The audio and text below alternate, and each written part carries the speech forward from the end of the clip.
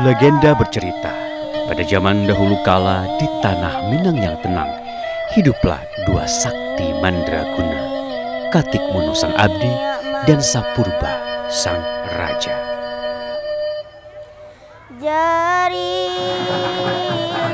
Entah apa yang memantik perangai Katikmono yang baik berubah menjadi jahat dan menyengsarakan rakyat. Pertempuran sang abdi dan raja pun terjadi. Dengan kesaktiannya, Katikmono merubah raga menjadi naga. Dengan satu semburan api, ia membakar tanah Minang hingga terbentuklah ngarai atau jurang yang dalam.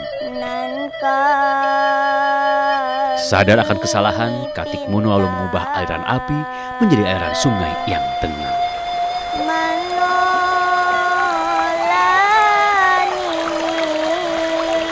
Kisah Katikmono dan Sapurba terus hidup di tanah Minang hingga sekarang. Sebuah kisah klasik tentang lahirnya tempat elok bernama Ngarai Siano.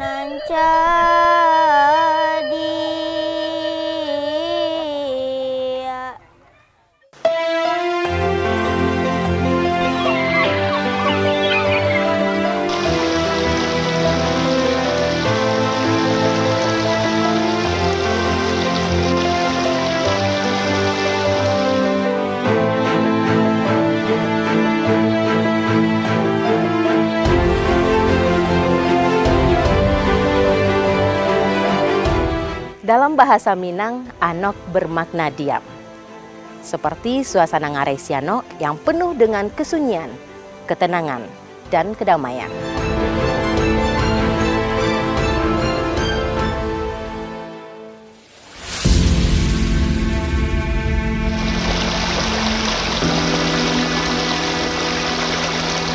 Sunyi, tenang, dan hening. Suguhan itulah yang tersaji di Ngarai Siano. Desiran angin pelan membawa aroma daun muda dan wanginya bunga berwarna. Gemericik aliran sungai sesekali beradu berisik dengan teriakan monyet ekor panjang yang kadang datang, kadang menghilang. Tidak hanya menyajikan keindahan, lembah sunyi ini juga ampuh memberikan ketenangan.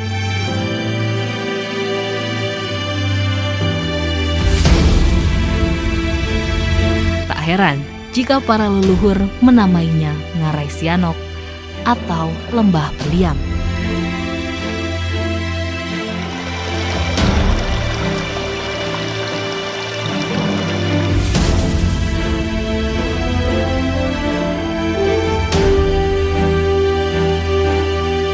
Dipahat Tuhan di ranah Minang, Ngarai Siano, lembah sempit bertebing curam.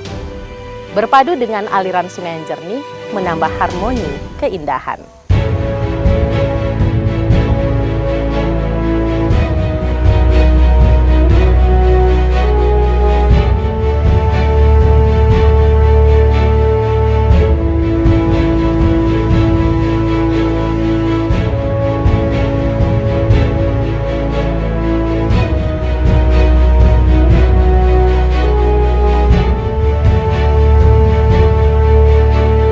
Terbentang dari Koto Gadang di arah selatan hingga Sianok 6 suku bagian utara. Ngarai Sianok adalah Grand Canyon terindah yang dimiliki Indonesia.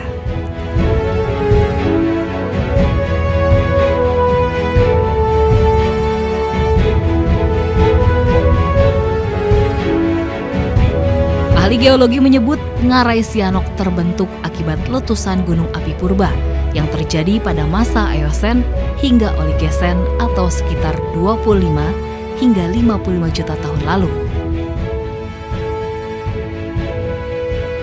Menjulang tegak 100 meter dengan panjang lembah 15 km. Ngarai Sianok juga merupakan patahan bumi yang membelah Pulau Sumatera menjadi dua. Patahan itu membentang dari Aceh dan berakhir di Teluk Semangka, hingga disebut sebagai patahan semangka atau sesar semangko. Dengan semua keistimewaan yang dimilikinya, Ngarai Sianok pun kemudian ditetapkan sebagai Geopark Nasional.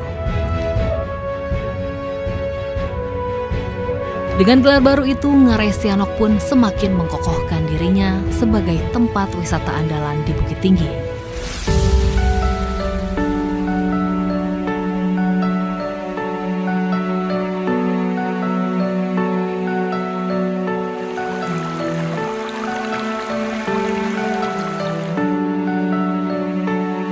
Selain bisa menikmati kemegahan tebing dan keindahan lembah, siapapun yang datang ke sini bisa merasakan sejuknya air Batang Sianok atau Sungai Sianok.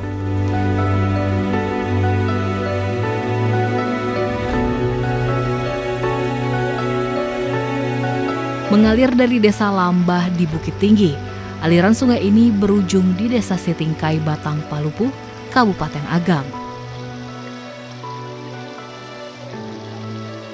Jika air cukup deras, warga setempat bisa menyusurinya dengan menggunakan kano atau kayak.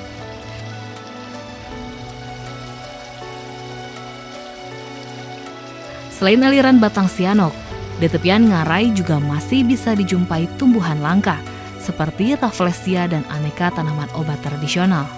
Selain itu, kawasan ini juga menjadi habitat bagi macan tutul, monyet, siamang, babi hutan, hingga tapir.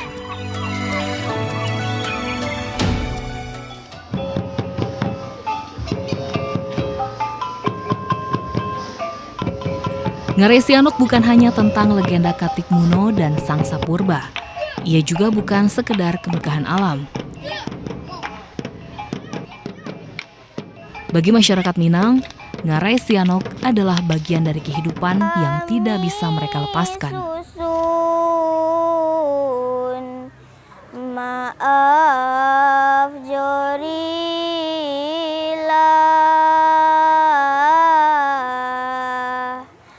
nan kami pinta.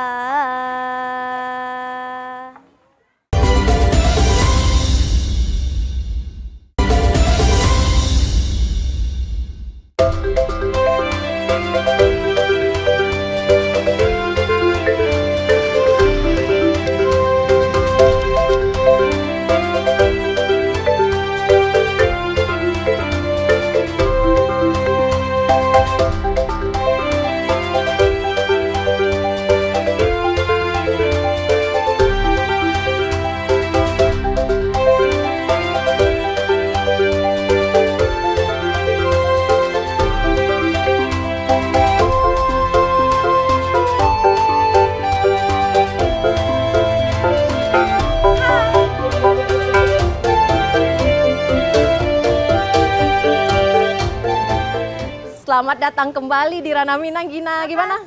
Hari ini saya kedatangan teman lama yang berkunjung kembali ke Ranah Minang dan di Kota Bukit Tinggi. Kayaknya Gina pengen mengeksplor segala macam. Gina mau apa aja di sini? Aku pengen ke Jam Gadang, ke pasar, dan wisata kuliner. Wisata kuliner banyak yang diingini. Tapi kita sepedaan dulu, oke? Oke.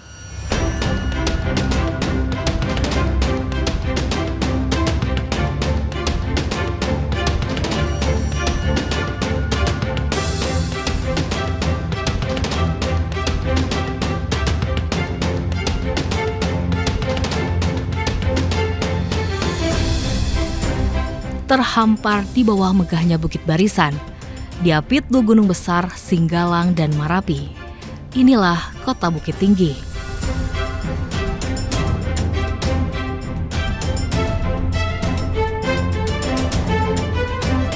Sesuai namanya, kota kecil seluas 25 km persegi ini berada di dataran tinggi Sumatera Barat.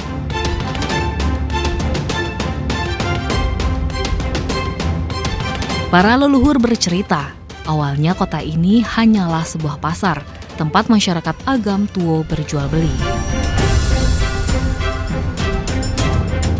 Di tahun 1825, saat Belanda menguasai Indonesia, kota ini berganti nama menjadi Fort de Kock. Pada masa penjajahan Jepang, kota tua ini berganti nama lagi menjadi Siyakuso. Waktu berlalu, zaman berganti. Di masa kemerdekaan Republik Indonesia, kota ini memiliki nama resmi yaitu Bukit Tinggi.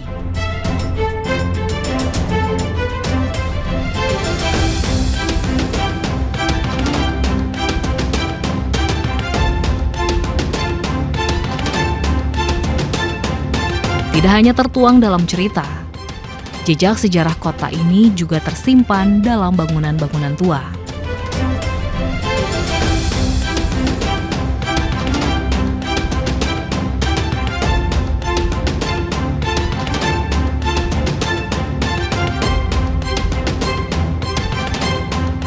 Salah satu bangunan tua dan paling terkemuka itu bernama Jam Besar atau Jam Gadang.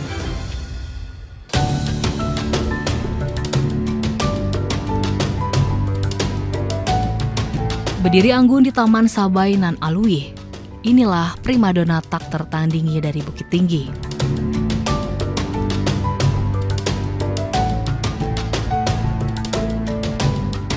Berawal dari hadiah jam mewah yang dikirimkan Ratu Belanda bernama Wilhelmina.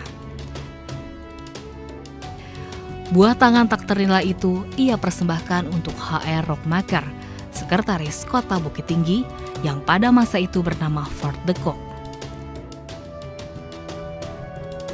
Untuk menyimpan hadiah dari sang ratu, sebuah menara pun dibangun.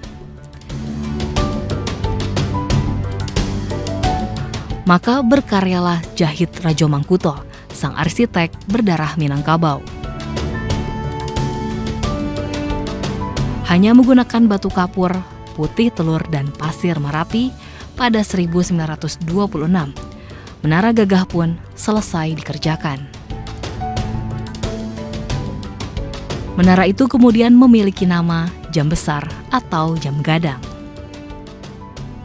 Nah, dan pemirsa, selain menjadi daya tarik para wisatawan, Jam Gadang yang merupakan peninggalan sejarah dan juga ikon kota Bukit Tinggi juga merupakan bagian dari kehidupan masyarakatnya. Nah, ini misalnya udah lama Gina, udah hampir 1 abad. Nah, kira-kira kita bisa nggak ya naik ke atas itu? Bisa dong, mau ke atas? Yuk.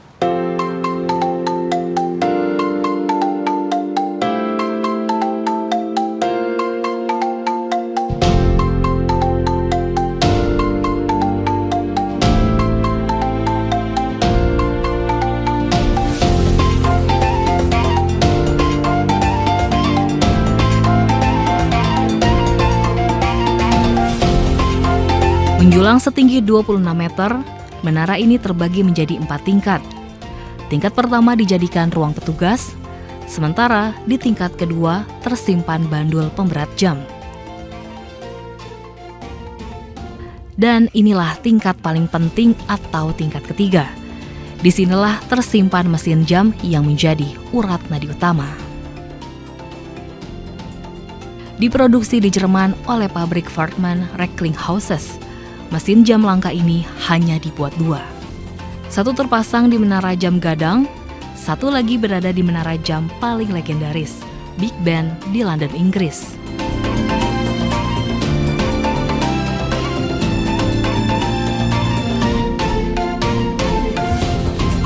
Menuju tingkat keempat atau menara, tampaklah lonceng besar yang masih kuat berdendang.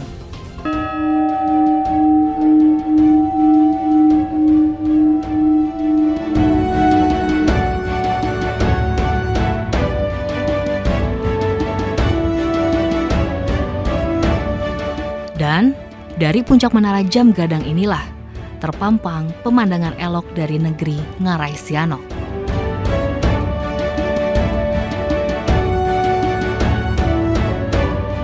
Hampir 1 abad berlalu, selain mesin jam tua yang masih berfungsi, menara buatan arsitek Minang ini juga masih kokoh berdiri.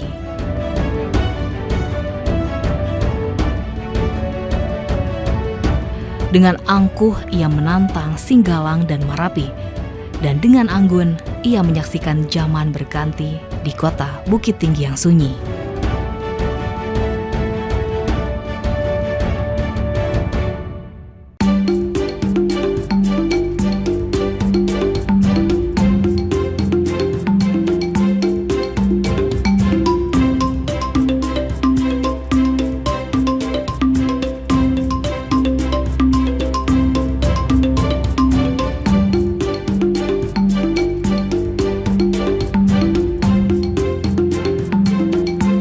Tidak hanya Jam Gadang yang memiliki sejarah panjang dan Ngarai Sianok dengan panoramanya yang elok.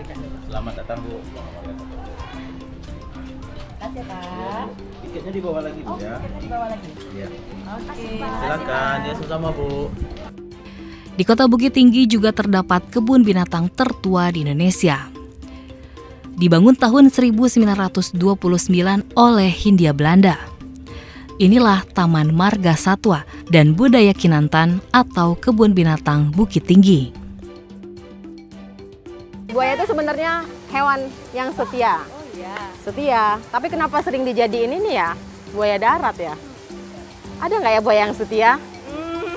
Pertanyaan yang sulit untuk dijawab. Ah ya sudahlah. Kita mari mencari para buaya lainnya. Kita bandingkan mereka. Mungkin ini kurang setia. Ayolah kita jalan.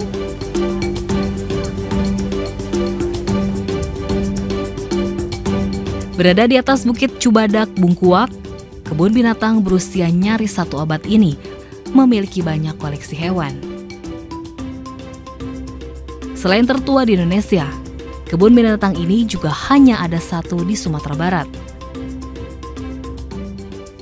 Ditempatkan sesuai zona, ratusan koleksi binatang unggas, reptil, hingga karnivora dapat dilihat pengunjung dengan leluasa.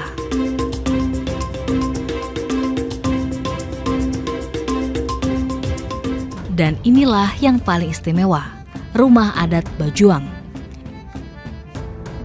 Dibangun tahun 1935, Rumah Adat Minangkabau ini difungsikan sebagai museum, penyimpan koleksi sejarah dan budaya Minangkabau.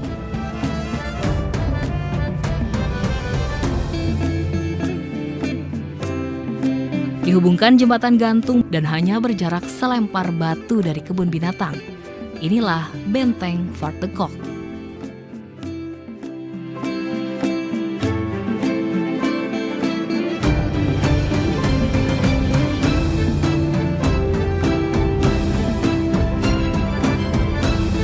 Walau kini tak ada lagi sisa benteng yang terlihat, namun sejarah mencatat di atas Bukit Jirek ini pernah berdiri benteng pertahanan bernama Fort de Kock. Benteng kokoh yang menjadi saksi gigihnya rakyat Minang melawan pasukan Belanda. Bukit Tinggi lagi berkabar aja. Nanti ditemenin lagi, kita senang-senang dan menikmati wisata lagi di Bukit Tinggi. Tunggu Mbak. Oke.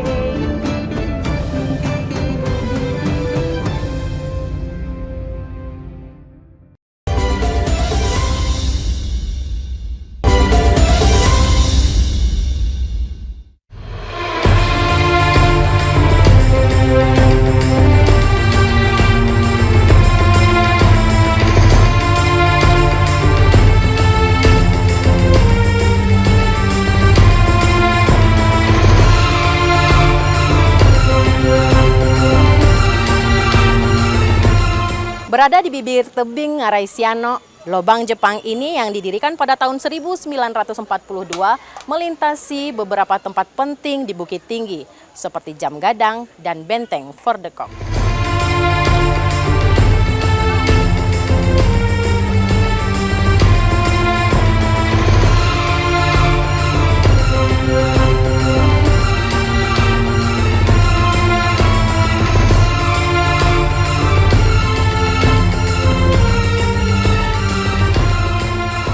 Dari puluhan ruangan yang terdapat di lobang Jepang, ruangan ini adalah satu-satunya ruangan yang berbentuk setengah lingkaran.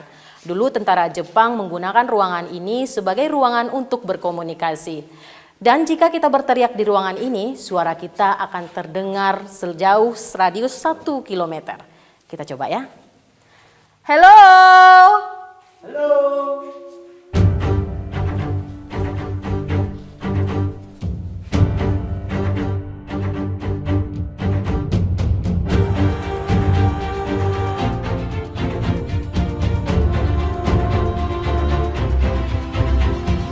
Berfungsi sebagai bunker pertahanan tentara Jepang, di dalam lubang sepanjang 6 km ini terdapat 21 lorong kecil dengan fungsinya masing-masing.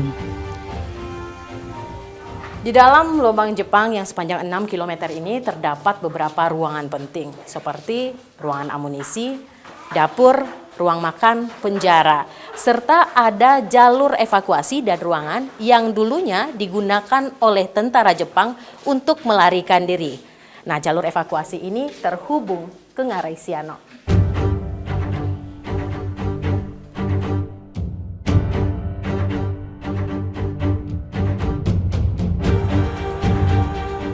Sejarah mencatat untuk membangun lorong ini, tentara Jepang mendatangkan pekerja dari Jawa, Kalimantan, hingga Sulawesi.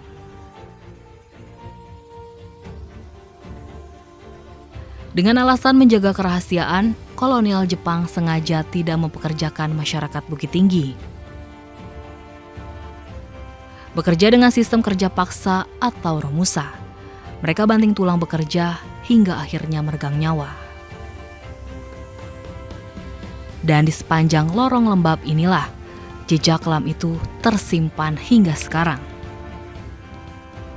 Dan salah satu sudut paling kelam itu berada di sini, penjara bawah tanah dan dapur eksekusi.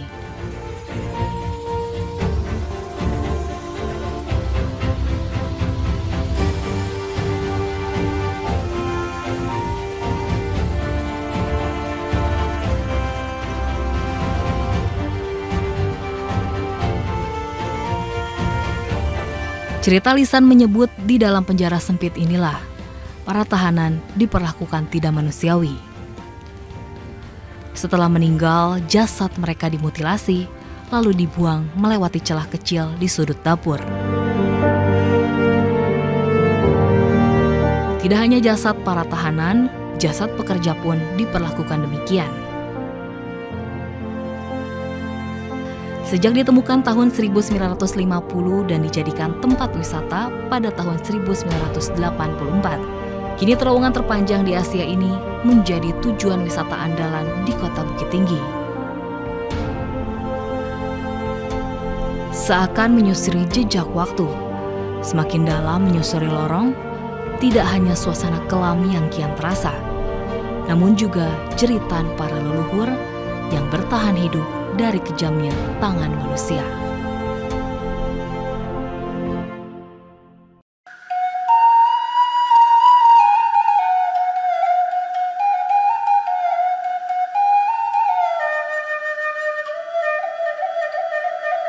Dari dasar lembah Sianok dan puncak Menara Gadang, kini kita beranjak ke desa kecil bernama Sanjai. Desa kecil yang sejak tahun 70 dikenal dengan makanan istimewanya, karupuak Sanjai atau keripik Sanjai.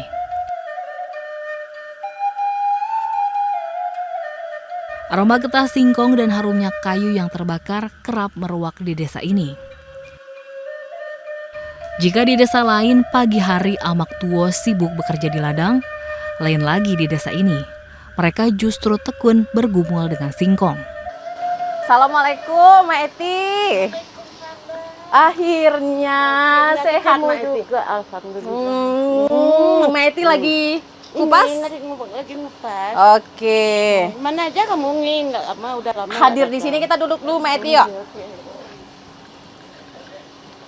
Pemirsa, saat ini saya sedang berada di Desa Wisata Sanjai. Biasanya saya hanya mencicipi Sanjai dan tidak pernah membuat. Nah, saya sedang bersama Mbak Eti, kita mau coba bikin Sanjai. Sanjai yang merupakan panganan yang terbuat dari singkong, diiris tipis, digoreng lalu dikasih bumbu penyedap. Mbak Eti, seri bantu? Boleh?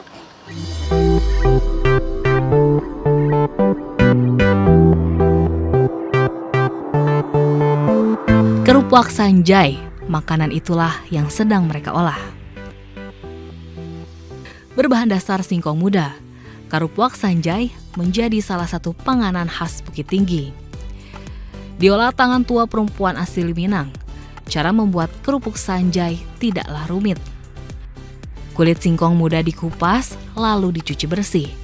Dibantu tenaga mesin, singkong manis itu pun kemudian diiris tipis. Untuk membuat keripik Sanjai hanya boleh ada 2 jenis potongan, bulat tipis atau lonjong memanjang. Begitulah resep turun-temurun dibuat.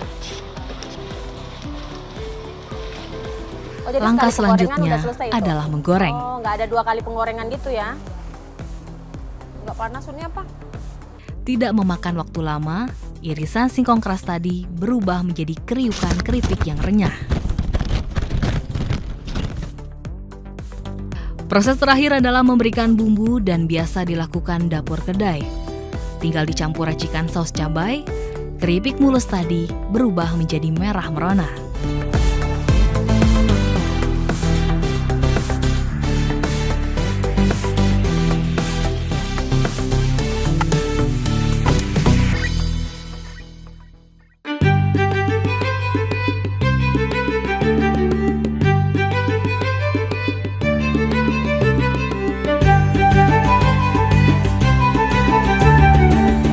Dari tahun 70, pamor kerupuk Sanjay sudah melekat di Bukit Tinggi. Berawal diolah amak tua di desa Sanjay, kini panganan kampung ini diproduksi secara besar hingga menjadi kuliner Bukit Tinggi yang paling dicari.